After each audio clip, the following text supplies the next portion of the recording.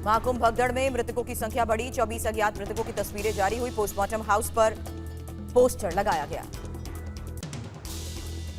मौनी अमावस्या की रात 2 जगहों पर भगदड़ हुई। चश्मदीद ने टीवी9 पर भगदड़ का वीडियो किया शेयर।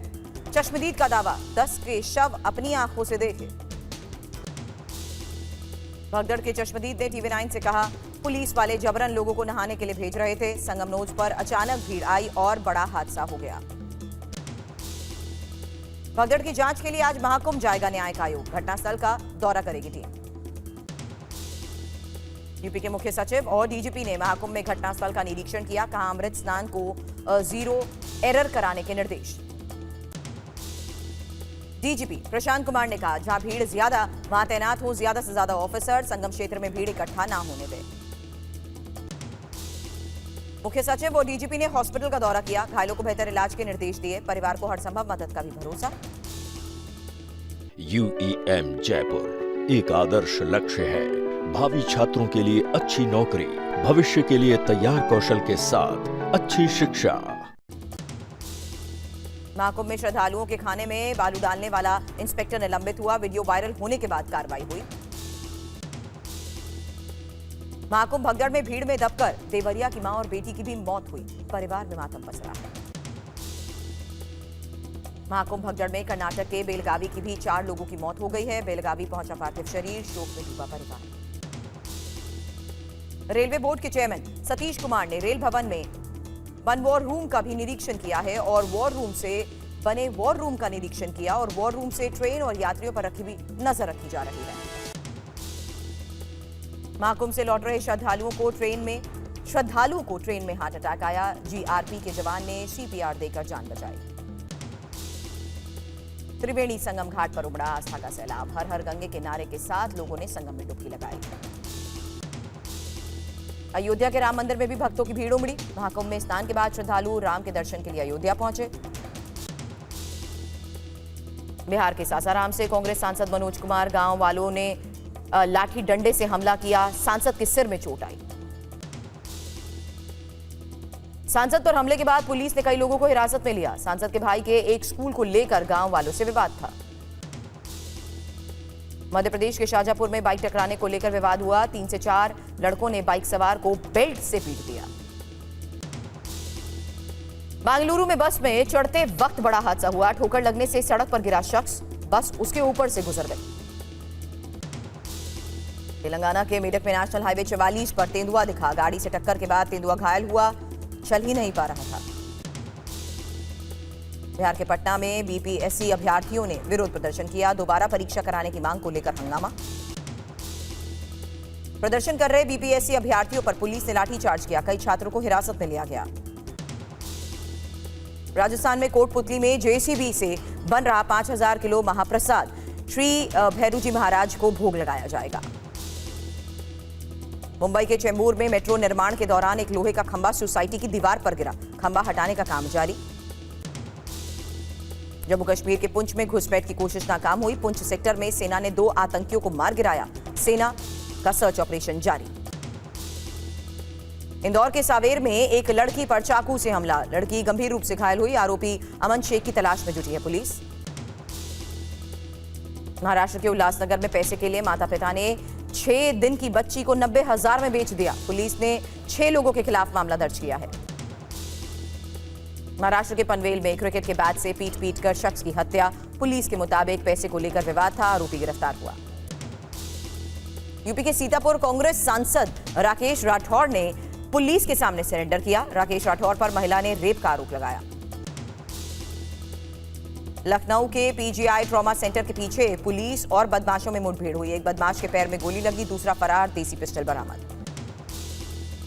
पुलिस मुठभेड़ के बाद लखबीर मॉड्यूल के 4 गुर्गे भी गिरफ्तार हुए। आतंकियों के पास से 2 ग्रेनेड और 2 पिस्तौल भी बरामद हुई। बांग्लादेश सीमा पर बाड़ लगाने का कूच बिहार में लोगों ने विरोध किया। बांग्लादेश BJP को सीमा पर बाड़ लगाने से रोका। संभल के जामा मस्जिद हिंसा में न्यायिक जांच आयोग ने संभल जाकर लोगों के बयान दर्ज किए। लोगों ने इंसाफ की गुहार लगाई।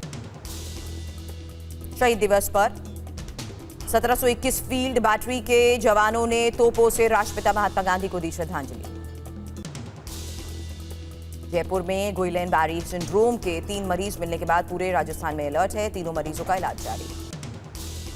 राष्ट्रपति द्रौपदी मुर्मू के संबोधन के साथ बजट सत्र का आज से होगा आगाज। 1 फरवरी को पेश होगा केंद्रीय बजट। संसद को संबोधित करने के लिए पारंपरिक बग्घी पर संसद भवन पहुंचेंगी राष्ट्रपति। 11 बजे अभिभाषण होगा। बजट सत्र से पहले सर्वदलीय बैठक में छाया कुंभ का मुद्दा। विपक्ष ने राजनीतिक पर्यटन और वीवीआईपी व्यवस्था के आरोप लगाए। विपक्ष ने कुंभ हादसे को लेकर संसद में चर्चा की मांग की है। मरने वालों की संख्या नहीं बताने के भी आरोप लगाए। सर्वदलीय बैठक में 36 दलों के 52 नेता शामिल हुए। विपक्षी सांसदों ने वक्त पर बनी जेपीसी के कामकाज के तरीके पर उठाए सवाल। बजट सत्र में महत्वपूर्ण बिल पेश करने की तैयारी। वक्त संशोधन बिल और इमिग्रेशन एंड फॉरेनर्स बिल पेश हो सकता है। बीजेडी के समित पात्रा ने कहा, महाकुंभ हादसे और वक्त पर जेपीसी के कामकाज के तरीके पर विपक्ष का करेंगे समर्थन। विपक्ष के कुंभ समेत कई मुद्दों पर चर्चा की मांग पर बोले किरण रिजिजू बीएसी में चर्चा करके तय करेंगे। राजीव गौड़ा ने जॉब लॉस और महंगाई को लेकर सरकार की नीतियों पर कटाक्ष किया। कहा, विशेषज्ञों से सलाह ले सरकार। केरल के वित्त मंत्री के एन बालगोपाल को केंद्र से सकारात्मक निर्णय लेने की उम्मीद। विशेष पैकेज का मुद्दा भी उठाया। संसद भवन में आज एनडीए सांसदों की बैठक। दोपहर 1:30 बजे एनडीए की मीटिंग। दिल्ली में आज प्रधानमंत्री मोदी की चुनावी जनसभा। द्वारका के सेक्टर 14 में रैली। बीजेपी उम्मीदवार प्रद्युमन सिंह के लिए वोट मांगेंगे। कांग्रेस नेता प्रियंका गांधी आज नागलोई में रोड शो करेंगी। शाम में मुस्तफाबाद में जनसभा। दिल्ली में यमुना पर सियासत तेज। राहुल गांधी ने कचरे का वीडियो साझा करते हुए सवाल पूछा, केजरीवाल जी 2025 आ गया, डुबकी कब लगाएंगे?